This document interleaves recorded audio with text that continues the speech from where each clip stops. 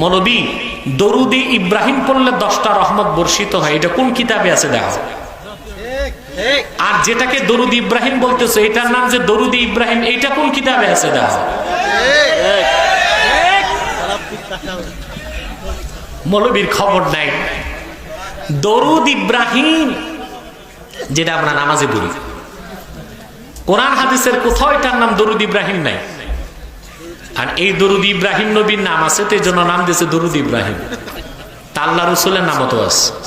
আল্লাহ রসুলের নাম আগে 4 বার, তারপর ইব্রাহিমের নাম 4 বার। তুমি যার দরুদ ওনার নামে দরুদের নাম রাখলা না, ইব্রাহিম নবীর নামে দরুদের নাম রাখছো, বেয়াদব। এই অধিকার তোমার কে দিছে? এই দরুদের নাম হাদিসে এসেছে সালাত ফিস তাশাহুদ, নামাজের বৈঠকের দরুদ। বুঝলেন? এই দরুদটা নামাজের জন্য খাস।